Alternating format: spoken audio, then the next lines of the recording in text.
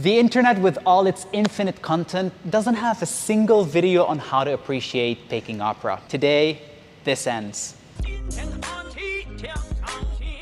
To me, watching Peking opera for the first time is weirdly similar to going out on a first date. Think about it. You're ideally acting out of interest or at the very least curiosity. You will be spending a few hours with a stranger you know little or nothing about, and it's anyone's guess whether it will be worth your time. And on top of that, the infinity of unknowns can make the experience somewhat intimidating. Are you a good match? Will you click? Is it going to be everything you ever wanted? So, whether you've been flirting with the idea of going to the Chinese theater or a friend has put in a good word for a certain play, here are 5 tips inspired by the world of romance to help you get ready for your rendezvous with jingju. Number 1. Leave preconceptions at the door. Past dating experiences influence how we perceive new people, but assumptions are often misleading. Likewise, you might be a Pavarotti fan or have watched The Magic Flute by Mozart. But that doesn't mean you should see Peking opera from the same angle. And I got why there could be a similar expectation. There's opera right there in the name, but whether jingju should actually be called an opera is in fact a perennial debate. Sure, music is instrumental in jingju storytelling, and yes, there is quite a bit of singing involved, but there's also rhythmic speech, words spoken to a specific tempo. Dance acting, using the body, facial expressions, and gestures as narrative and expressive tools, and combat, choreographed fighting and acrobatics, which all together are known as Se Gong, or the 4 basic skills of jingju. Number 2, use preferences as references. Learning about your date's likes and dislikes gives you an idea about who they are as people and what they stand for.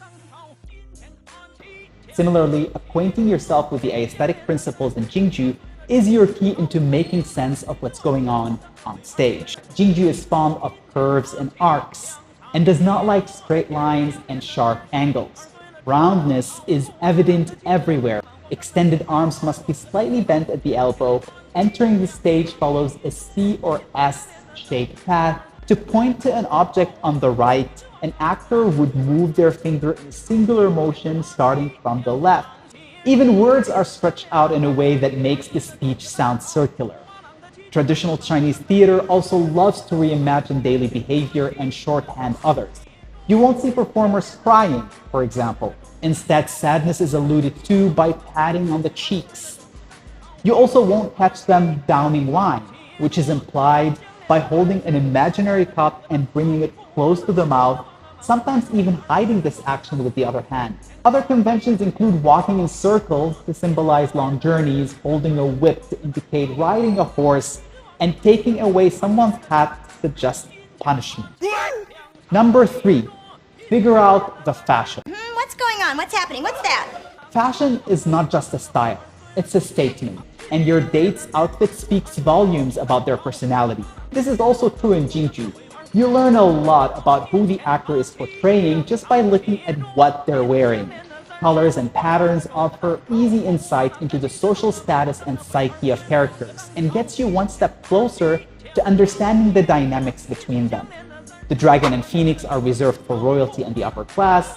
White flowers decorate the outfits of educated but common people like scholars. Clothes embroidered with a crane belong to a civilian official, while a lion motif suggests the costume is that of a high-ranking military officer. Likewise, predominant makeup colors reveal a character's traits. Red, a lucky color in Chinese culture, is reserved for the loyal and courageous. White is synonymous with cruelty, while black is for integrity. Number 4, do your research. No one likes a stalker. But a quick background check on your evening companion lets you know whom you're dealing with. Similarly, getting to know the play before you get to the theater gives you a head start and helps you familiarize yourself with the plotline, characters, and content. A bit of reading really goes a long way in better appreciating the performance. This way, once you're in your seat, you won't have to guess what the story is about, and instead, focus your energy and attention on how the story is being brought to life. I would suggest you start with a wuxi, or military plays, which are more visual than oral, with physical action and martial arts. And then move your way to wenxi, or civil plays, which tend to center on dialogues and song. Number 5. Keep it cool. Not every single person you go out with, you end up with. Much like most people, jingju is an acquired taste, so don't stress out about trying to find reasons to like it. Between the clamorous music, singing in falsetto, and over-the-top acting, a jingju performance is truly a visual and audible feast, which, grantedly, might not be easy to digest in one gulp. So take it in small bites. See what attracts you in the performance and savor it slowly.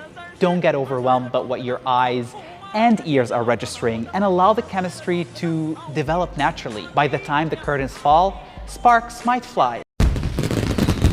And they might not, and that's totally fine. If nothing else, you've put yourself out there and tried something new. But if love was in the air, you're in for a wild ride, because the more you learn about jingju, the more you will fall for it. So in summary, go in with an open mind, prep a bit, and allow yourself to feel the fantasy. Peking Opera is truly magical. You just have to give it a chance. And at the end, I'm leaving links to my top 2 Peking Opera shows for you to check out.